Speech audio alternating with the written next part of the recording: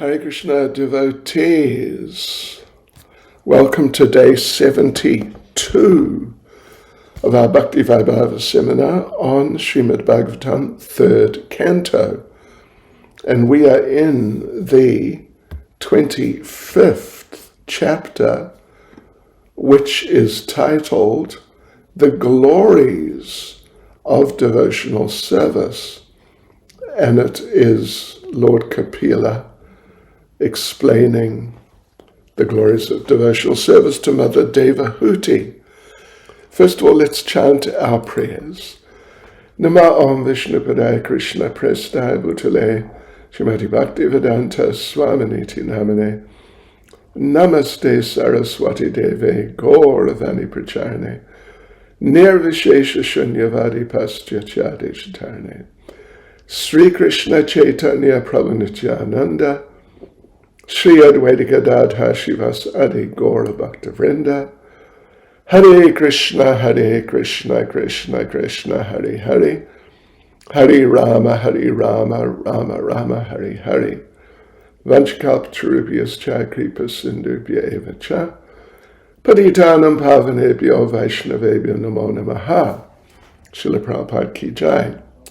We have just started a section, it's the last section, looks like, verse 31 to verse 44.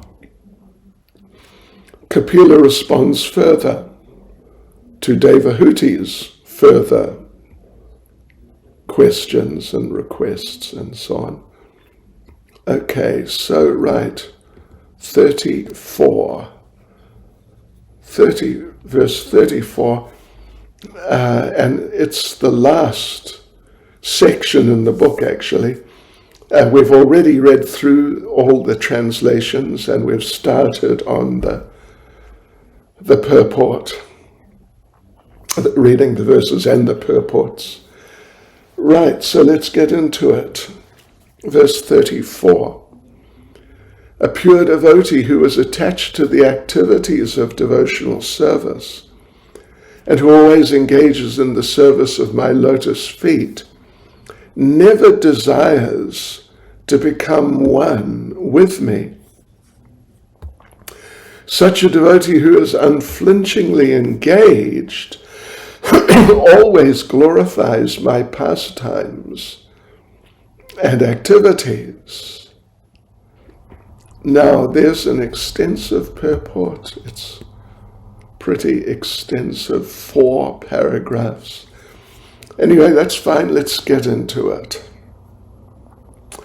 So first thing, Srila Prabhupada explains there are 5 types of liberation.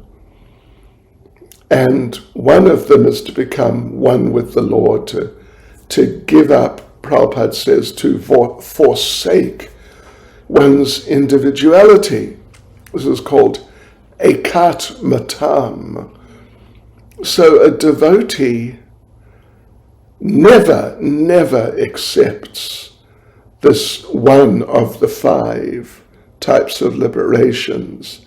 There are 4 other types, which Srila Prabhupada then goes on to list, actually, which are considered Vaishnav liberations. They don't involve merging or becoming one with the Lord like that. But they're accepted by devotees on the level of Vaikuntha, but even devotees from the level of Goloka Vrindavan, Brijbasi devotees, they won't even accept these 4. What to speak of becoming one? So, as I said, Prabhupada lists out the other 4. So they are to be promoted, Prabhupada says, to the same planet as the Lord. Generally, we would say to live on the same planet as the Lord. That's salokya.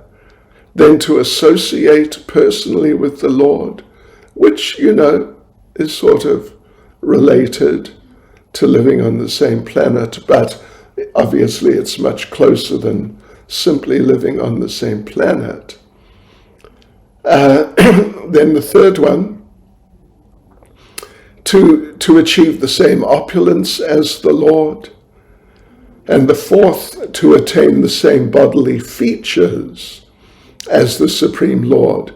So like we said, and Prabhupada says here, that a pure devotee, as Lord Kapila is going to explain further, but a really, really pure devotee doesn't aspire for any of these five. And what to speak of becoming one, ekatmatam, absolutely no chance. In fact, Prabhupada says that the very advanced pure devotee especially despises as hellish the idea of becoming one with the Lord. And Srila Prabhupada refers to Prabodhananda Saraswati, who's the uncle actually of Gopal Bhatta Goswami, of the 6 Goswamis. And Prabodhananda Saraswati, he said, Kaivalya narakayate. Yes, Kaivalya is that becoming one. I mean, at least it's a sort of common use of the term, but it's not the only use. But the impersonalists, they refer to that Kaivalya, becoming one. So Prabodhananda Saraswati says, Kaivalya narakayate. Narak means hell. Yeah. So Prabodhananda Saraswati, Prabhupada gives the translation. The happiness of becoming one with the Supreme Lord, which is aspired for by the Mayavadis, is considered hellish. And certainly it's not for pure devotees, and it's not for any real devotees, actually. So then we go on to the second paragraph.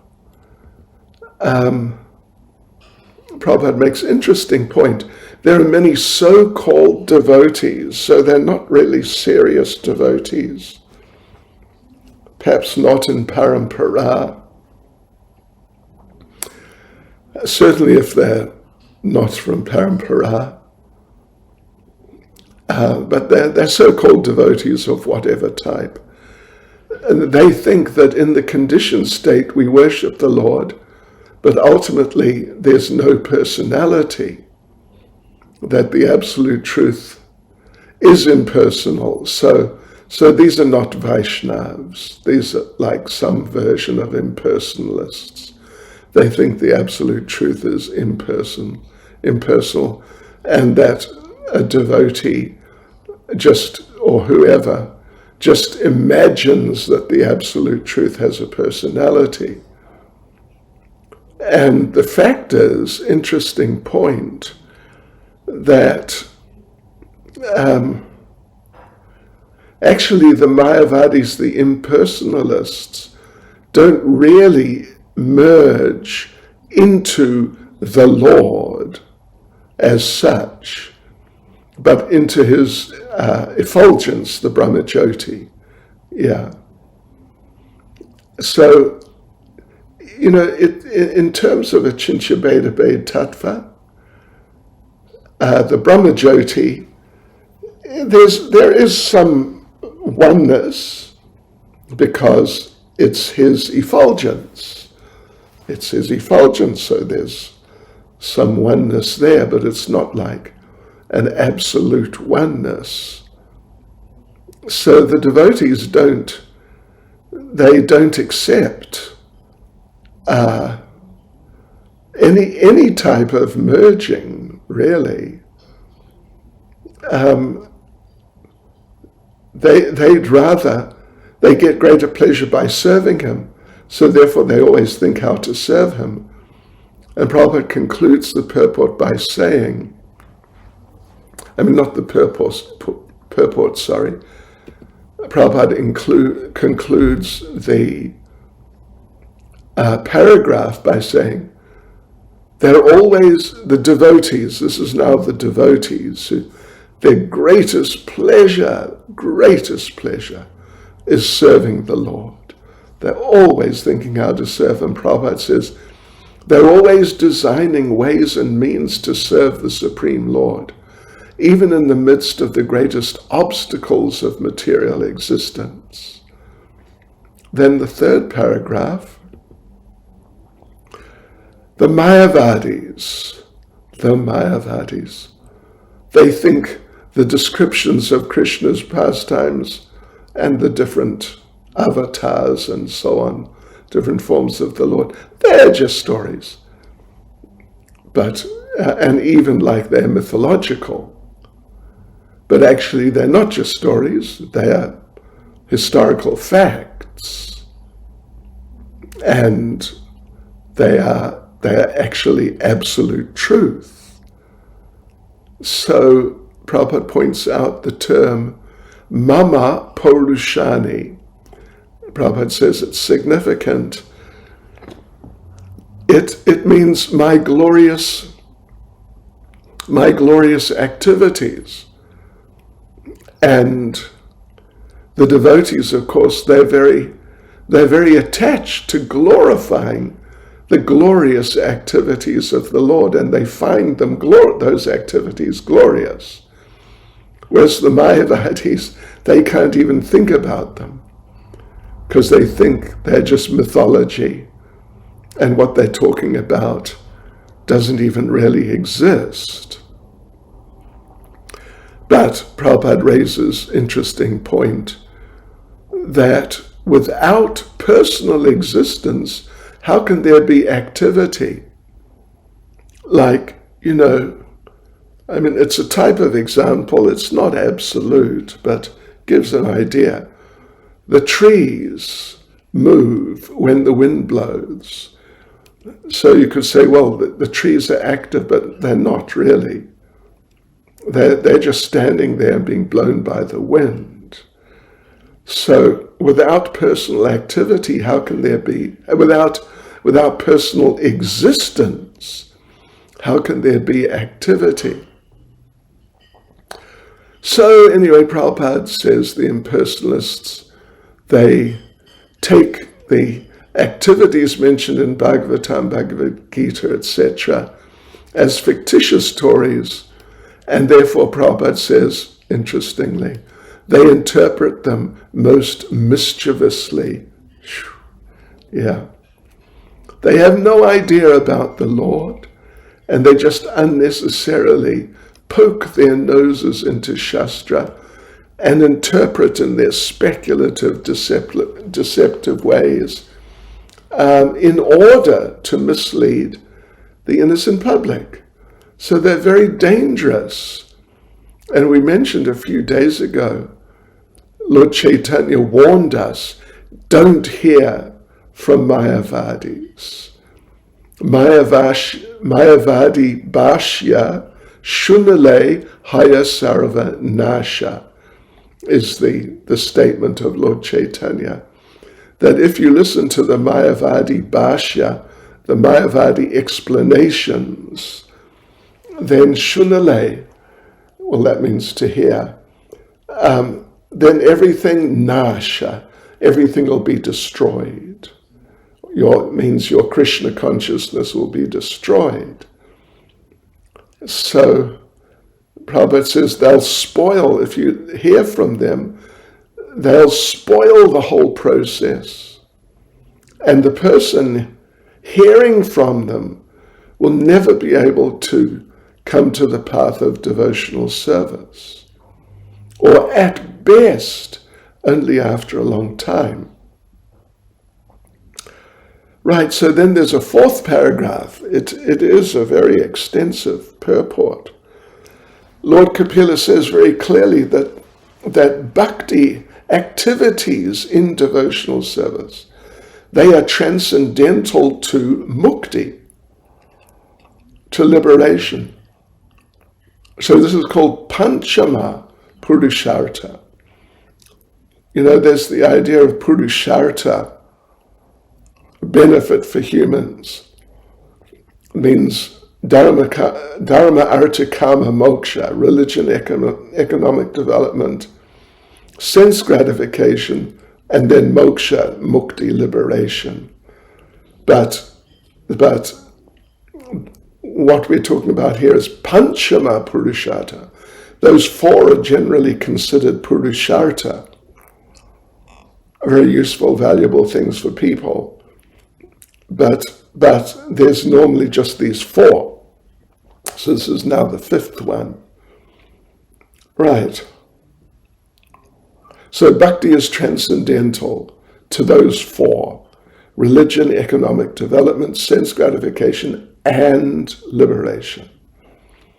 Therefore, Srimad Bhagavatam begins.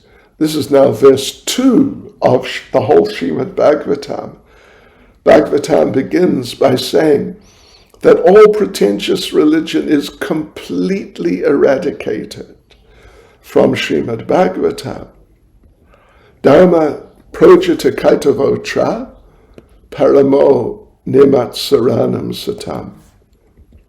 Yes, that Prabhupada translates it. This Srimad Bhagavatam begins by completely rejecting all religious activities that are materially motivated. So therefore Dharma, Artha, Kama and Moksha are rejected by Srimad Bhagavatam. In fact, Prabhupada says, completely rejected. Dharma, Artha, Kama, Moksha, religion, economic development, sense gratification, and then liberation. These four things are completely rejected by Srimad Bhagavatam. And rather, Srimad Bhagavatam is especially for the pure devotees, who are always engaged in devotional service, and they're just always glorifying the Lord. So therefore, the devotees, they worship the transcendental activities of the Lord, particularly in Vrindavan, but also in Dwaraka and also in Mathura. So, but like we read, Prabhupada said the Mayavadi philosophers completely reject them as stories, but they're not just some stories. Means like, made up stories out of somebody's head. So Srila Prabhupada concludes the purport by saying, but actually they're great and worshipable subject matters, and thus are relishable only for devotees. That is the difference between a Mayavadi and a pure devotee. Verse 35, O my mother, my devotees always see the smiling face of my form, with eyes like the rising morning sun. They like to see my various transcendental forms, which are all benevolent, and they also talk favorably with me. So this is now talking about deities, and Prabhupada says, first thing he says is that the Mayavadis and the atheists, they take the forms of the deities as being idols. But devotees worship those forms of the Lord, and the devotees don't worship idols. This form idol, it's an English word, Old English word. It basically means some imaginary form. Some imaginary form, it's not real. And it's just sort of like, you may worship that form, but it's just your imagination. The devotees don't worship idols. They directly worship the Lord in his archa incarnation, archa vigraha. So even in our present stage, our conditioned stage, then we can worship these forms, spiritual forms of the Lord. because our eyes are not able, our senses even, they have many defects and they cannot conceive of, or they cannot perceive even pure spirit, you can say. So therefore the Lord appears in these types of forms, which are actually not different from him, Archa Vigraha. So therefore the Archa Vigraha, sometimes called the Archa incarnation, takes on forms made out of matter, like, for example, clay, wood, metal, jewels, etc. And we go on to the second paragraph of the purport of verse 35. So there are many Shastric injunctions for carving deities. Shastric injunctions. Generally, the impersonalists, they accept Shastra, or some Shastra. Yeah, so they're in the same Shastras, which they use to try to establish that the Lord is not a person, but in the same literatures, there are all these injunctions for making forms of deities. And Prabhupada makes an interesting point. If God is all-pervading, then he's also in matter. How can you say that he's not in matter? How can you say that? That because he's spiritual, he's not in matter. He's all-pervading, he's in matter also, but the atheists, anyway, they think otherwise. Even though they preach that everything is God, but when they go to the temple and see the deity form of the Lord, then,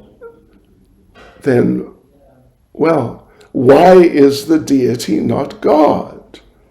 The problem is, though, that they have no real conception of the Lord. That's the problem.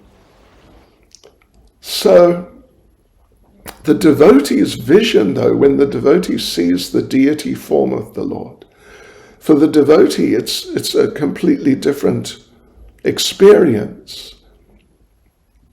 And the devotee becomes blissful by seeing the form of the Lord, or different forms of the Lord, even just one after the other.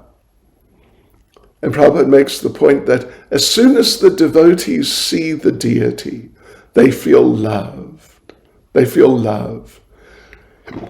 That Prabhupada says they become saturated with love, because they know there's no difference between the Lord and the deity.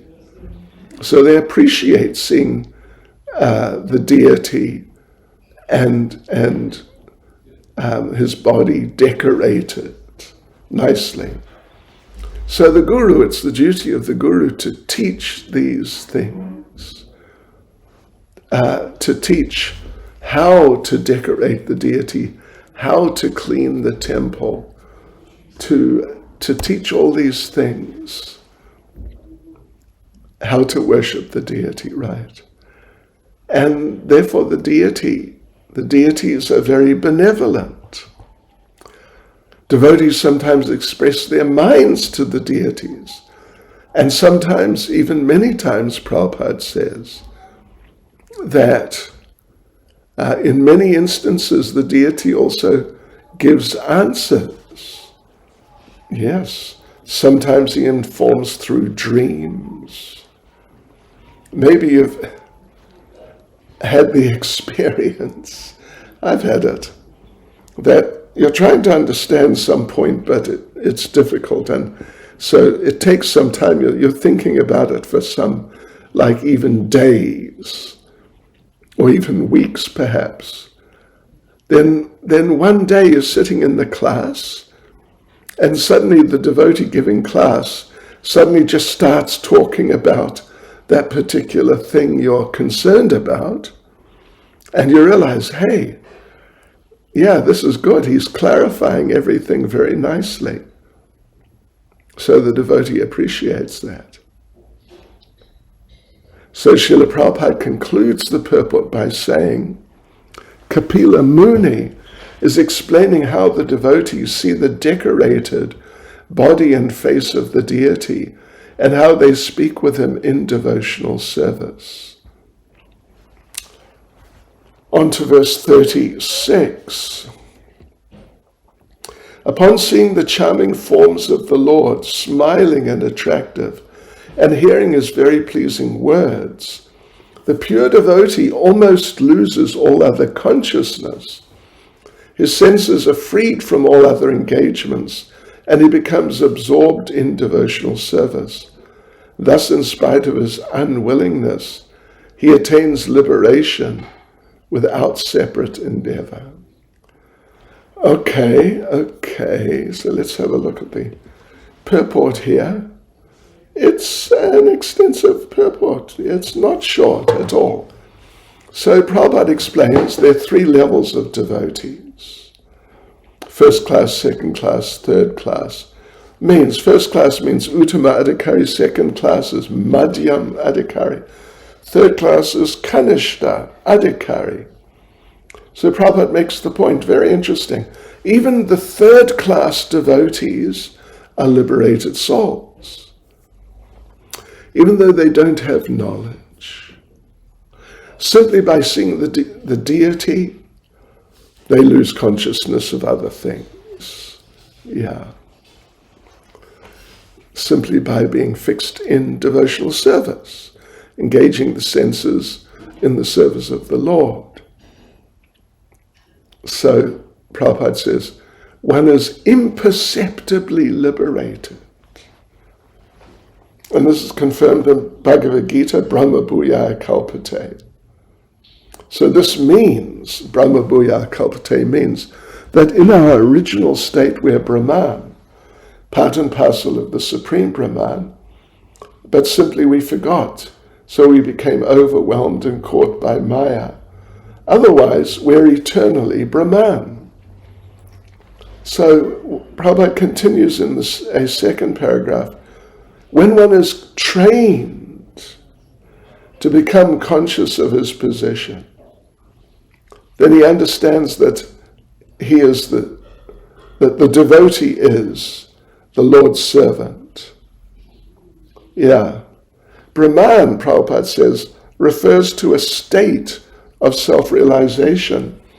And even the third-class devotee who's not advanced in knowledge, but simply offers obeisances, thinks of the Lord, sees the Lord in the temple, offers flowers or fruits, such a devotee becomes imperceptibly liberated. So, of course, for the devotees, the deities are extremely attractive. They love to see the deity. Prabhupada refers to the term Shraddhayan Vita. With great devotion, the devotees offer respects and paraphernalia to the deity. So, and this is deities like Radha Krishna, Lakshmi Narayan, Ram and Sita. They're very attractive to the devotees and others too. Yes. So therefore the devotees, when they go to the temple and they see the deity, they become fully absorbed in thought of the Lord. And that's the state of liberation. So therefore Prabhupada makes the point. In other words, it's confirmed here that even a third-class devotee is in a transcendental position above those trying for liberation by speculation, etc. And talking about impersonalists, then, of course, great impersonalists like Shukadev Goswami, the 4 Kumars, they were attracted by the beauty of the Lord, by the beauty of the deities, the decorations, the aroma of tulsi, and therefore they became devotees, Shukadeva and the four Kumas. They were already liberated. But still their minds became attracted to the Lord. So Prabhupada mentions how Lord Chaitanya recommended 5 important processes. This is from Chaitanya Charitamrita. Sadhu Sangha Nama Kirtan Bhagavat Shravan Mathura Vasri Murtiya Shradaya Sevan, which means Sadhu Sangha, associating with the devotees, Nama Kirtan, chanting the holy names of the Hare Krishna Mahamantra, Bhagavat Shravan, hearing Srimad Bhagavatam, Mathura Vas, living in a sacred place like Mathura or Vrindavan, and Srimurtiya Shradaya Sevan, to see the decorated temple and see the decorated deity too. Yes. These things are all very important. Not just very important, but essential actually. And Prabhupada makes the point that just these 5, if we only do these 5, then they'll help us achieve perfection. That's confirmed in Bhagavad Gita, and then here in Srimad Bhagavatam also. Right, so Srila Prabhupada concludes the purport by saying that third-class devotees can also imperceptibly achieve liberation is accepted in all Vedic literatures. All right, verse 37.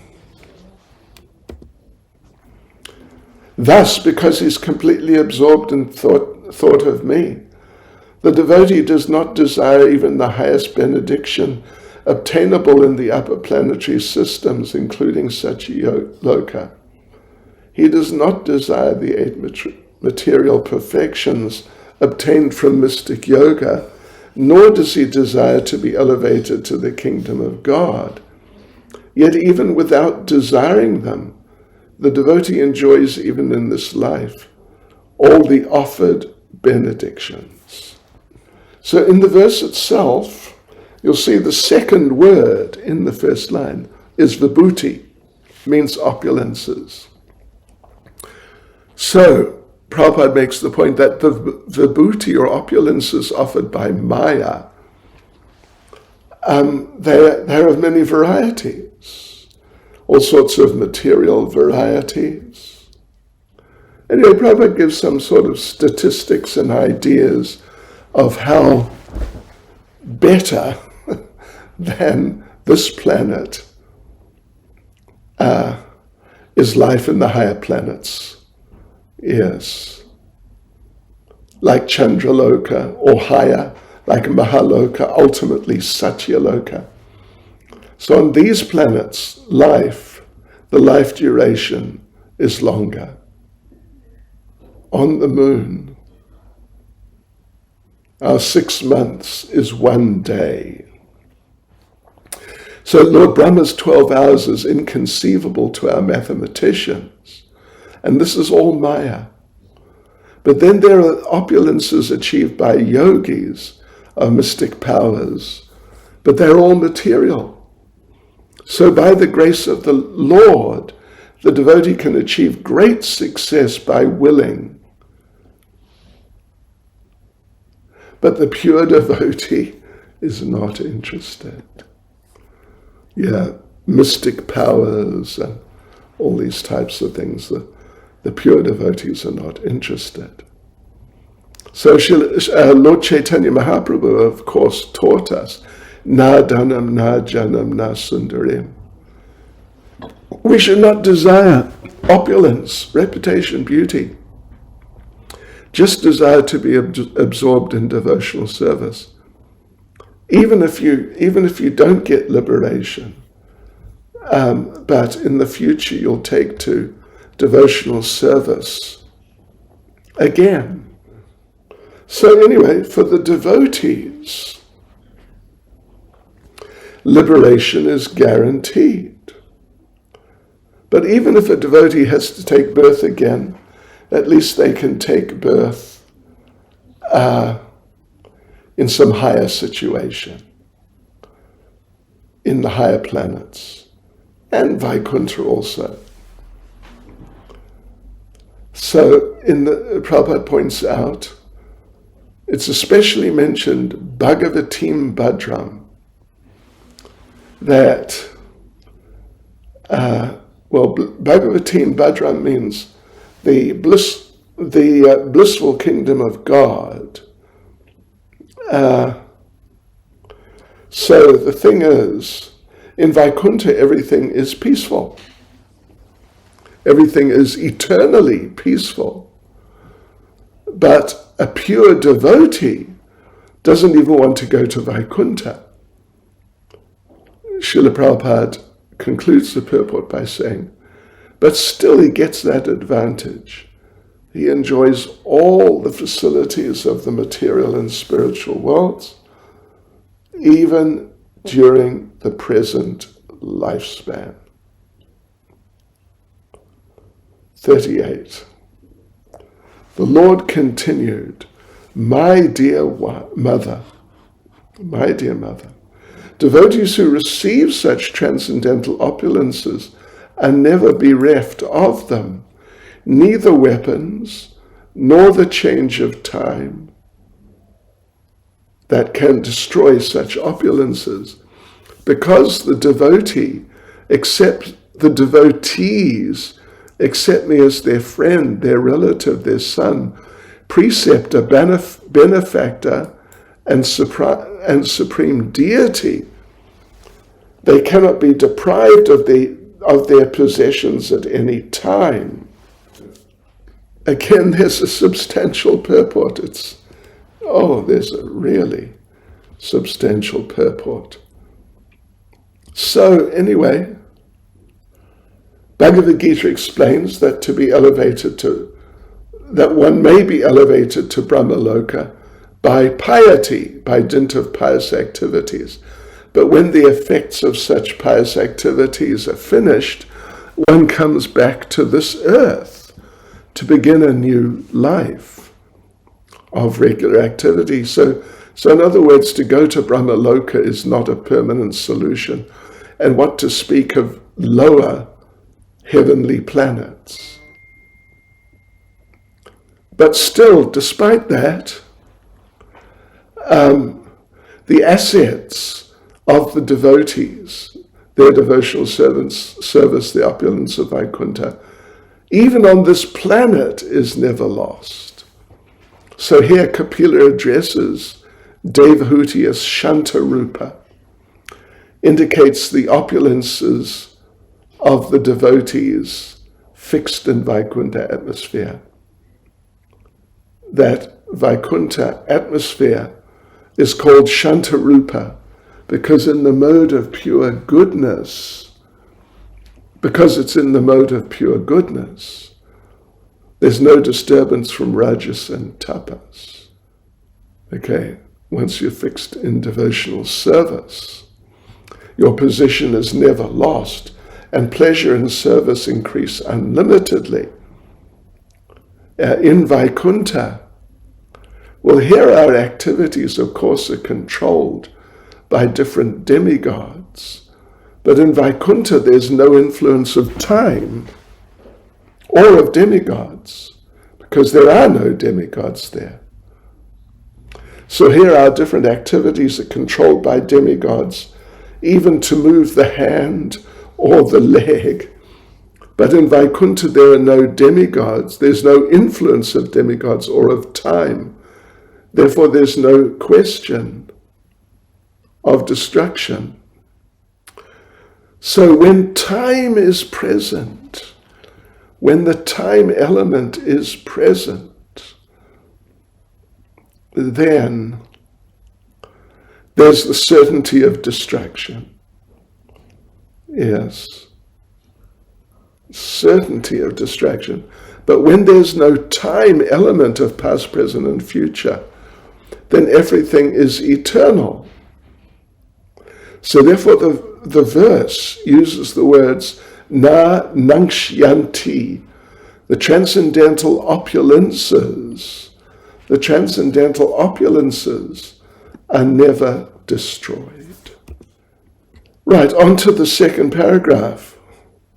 The reason for freedom from distraction is that the devotees accept the Lord as the most dear and have relationships with him of 5 types. They accept him as dearmost friend, dearmost relative, dearmost son, dearmost preceptor, dearmost well-wisher, or the dearmost deity. So the Lord's eternal. So any relationship in which we have with him is also eternal, and the opulences of those relationships are never destroyed. So actually all of us, the opulences of their relationships are never destroyed. Every living entity has the propensity to love someone, and that for a person, even if we don't have a person to love, then it'll be reposed in an animal like a cat or a dog. So thus the eternal propensity of love, for love in all living entities, it's always searching for a place to reside. Yes. Okay, let's carry on. So, but the thing is, that propensity must be placed in the Lord as a friend, as a son, as a preceptor, or as a well-wisher. He'll never cheat us, and there will be no end to that love. Wow, that's amazing, isn't it? How different to material life. So the special feature, a special feature of this verse is the acceptance of the Lord. A special feature of this verse is the acceptance of the Lord as the supreme preceptor. Bhagavad Gita, of course, was spoken directly by the Lord, and Arjuna accepted him as that, as the spiritual master. Similarly, we should accept only Krishna as the supreme spiritual master. Right. So third paragraph was another one of these big purports. So Krishna,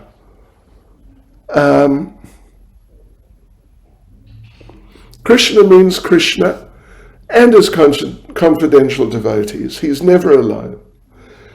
And when we speak of Krishna, it means Krishna in his name, in his form, in his qualities, in his abode, in his associates, just like the king or some head of state or some very, very important person. They're never alone. A king particularly always has an entourage of ministers. Prabhupada says his secretary, commander, servant, so much paraphernalia. And we should know that as soon as we accept Krishna and his associates as our preceptors, no bad effects can destroy our knowledge. Right.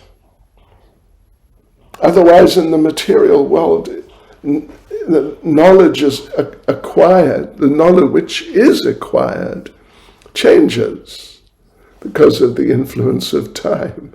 I was reading a few weeks ago, that this scientist Hawkins, regarded as, some super duper scientist, he wrote a book called A Brief History of Time. How's that? For a pretentious title. So he wrote it, and he wrote it in, you could say, layman's English, understandable by any adult, basically. And it was a big hit, very popular, sold many copies.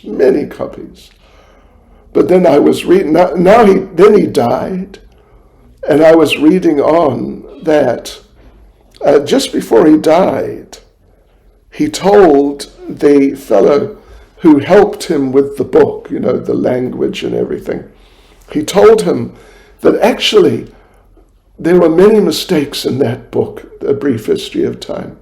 We have to redo it and change a number of things. So, yeah. So therefore, Prabhupada, it says here that in the material world, knowledge acquired changes because of time. In the material world, the knowledge which we acquire may change because of the influence of time. But nevertheless, the conclusions received from Bhagavad Gita, directly from the speeches of the Supreme Lord Krishna, can never change. So Prabhupada makes the point, we should accept Krishna as our best friend. He'll never cheat us. He'll always give us good advice. He'll always give us protection. Yeah. If we accept Krishna like a son, he'll never die. This is traditionally one of the great fears of Indian or Vedic type parents, that the child may die. And in Prabhupada's case, you may have read, his mother took a vow to eat with her left hand until he asked her why she's doing that. Because you don't, according to Vedic culture, you definitely don't eat with your left hand, even if you are left-handed. Yeah, so she took that vow until one day Srila Prabhupada, he's growing up a little, and he said, Mata, why are you eating with your left hand? She immediately started eating with her right hand. And the reason she did that, because the point here in the purport is that that the father and mother, or those who are affectionate towards the child, they always hope, may my son not die. So she did that because she felt that if she did that, at least he would live as long until he asks her, why are you eating with your left hand? Yeah, it's a real superstition. So even, it's an interesting point that in Bengal particularly, Prabhupada says, many people have accepted the deity as their son in a place called, its name? Agradweep, in a place called Agradweep in Navadweep, or maybe just outside of Navadweep, but not far, to the north of Navadweep. There's a temple of one Gopinath deity who was worshipped by, I can't remember his name. And after the devotee passed away, then the deity performed the Shraddha ceremony, which is normally performed by the son for the father. So the deity performed the Shraddha ceremony for the devotee as if the devotee was the father. So, but in this case, the relationship will never be destroyed. So, in Bhagavad Gita, demigod worship is really condemned. We may go to a higher planet, But after a while, we just fall back down again to regular material life. But one who worships the Lord will be promoted to Vaikuntha, where there's no time, distraction, or annihilation. Prabhupada concludes the purport by saying, the conclusion is that the time influence cannot act upon devotees who have accepted the Supreme Personality of Godhead as everything. So on we go to verses 39 and 40 there together. Thus the devotee who worships me, the all-pervading Lord of the universe, in unflinching devotional service, gives up all aspirations to be promoted to heavenly planets, or to become happy in this world with wealth, children, cattle, home, or anything in relationship with the body. I take him to the other side of birth and death. So these couple of verses now, these two here together, they are describing unflinching devotional service, which Prabhupada says means engaging oneself in full Krishna consciousness or devotional service, accepting the Lord as all in all. So,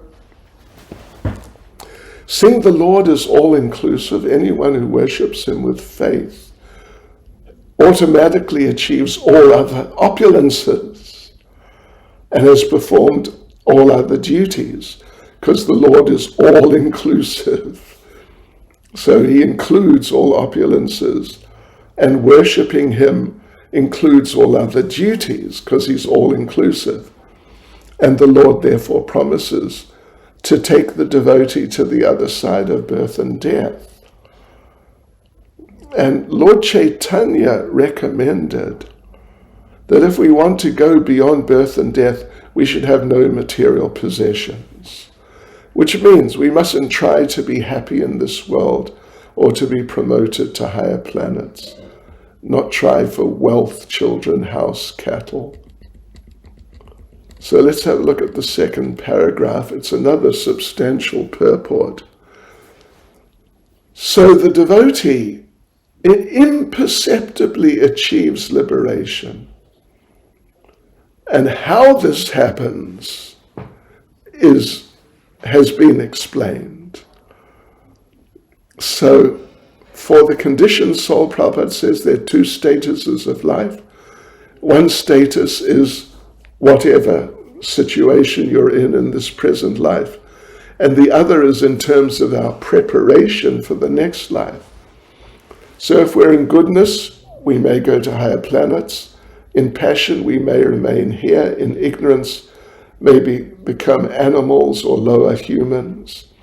But a devotee has no concern for such things, because he doesn't want elevation materially.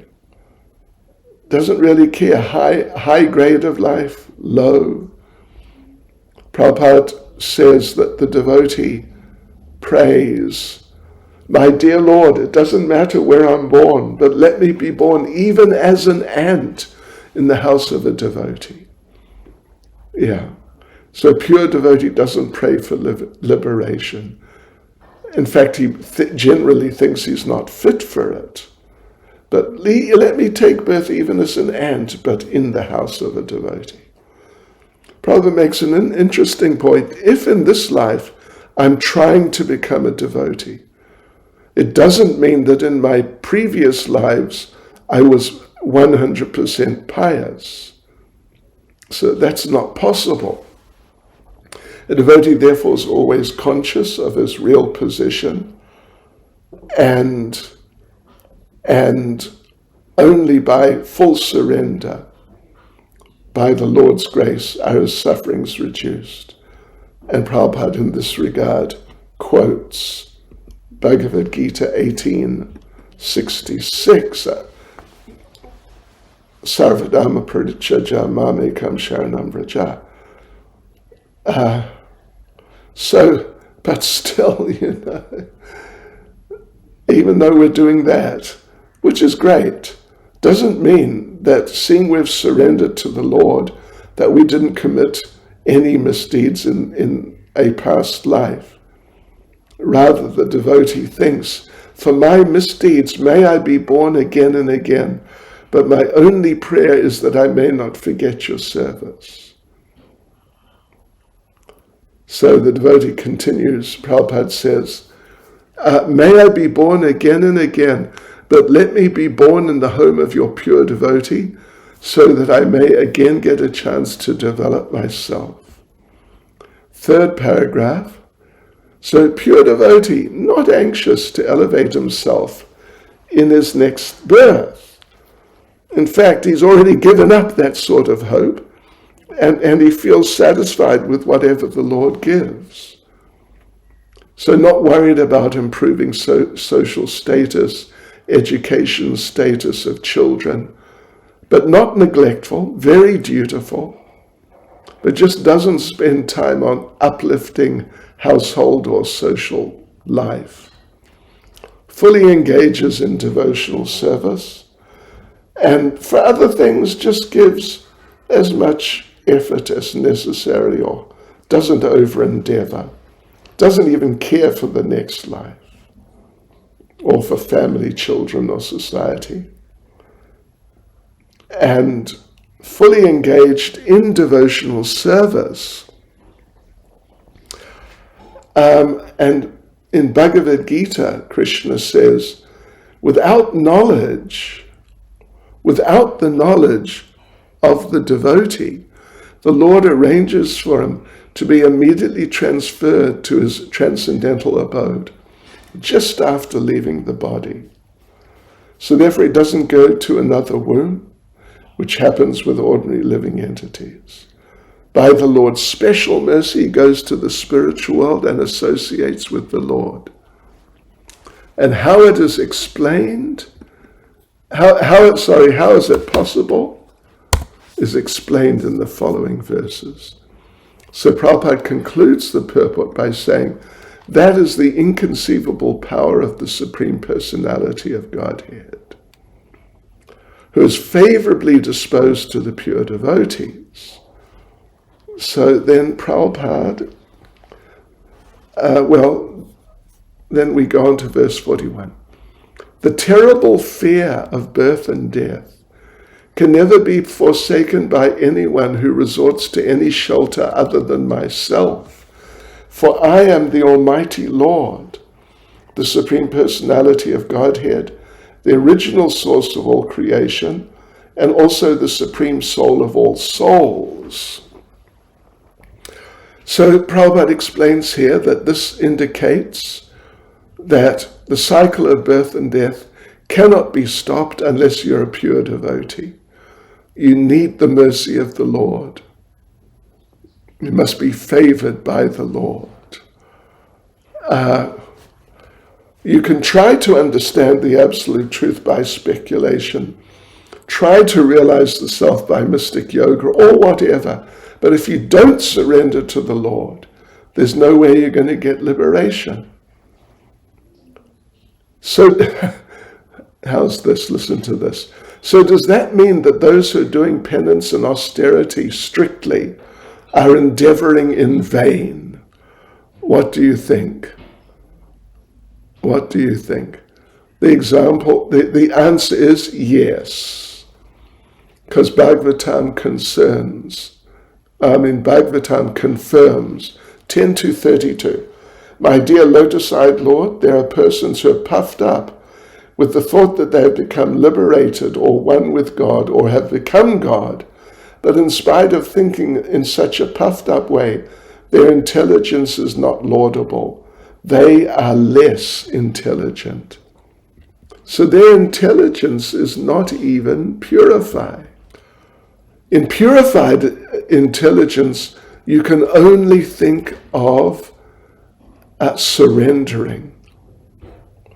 So purified intelligence only arises in a very wise man, as Bhagavad Gita 7:19, if you remember that, states, Vasudeva sarvamiti samahatma sadurlabha. After many births and deaths, someone finally surrenders to the Lord. Yes, a wise man. Okay, so on to the second paragraph. So without surrendering, you can't get liberation. Yes, without surrendering, you can't get liberation.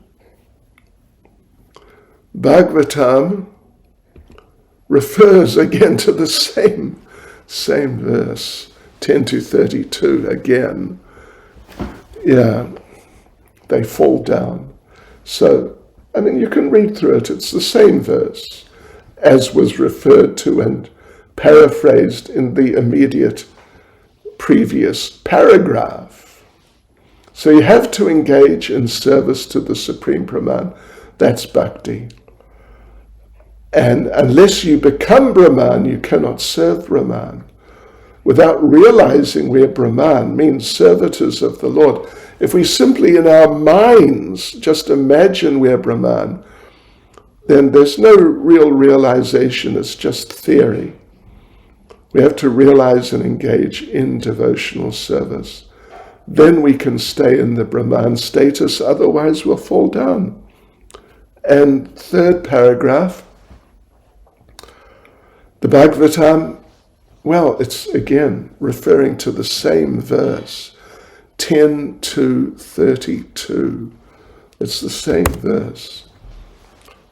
Because the non-devotees, the impersonalists, neglect the service of the Lord, their intelligence is insufficient, they fall down. So we must have some activity. We must have some activity.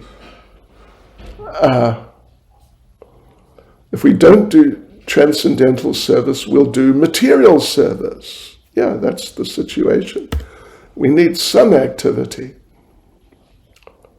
And if we just do material service, then Prabhupada says there's no rescue from the cycle of birth and death. So the Lord is also called Pradhan because he's supreme. He's equal to all but more favorable to his devotees. So let's go on. We're going to finish this chapter.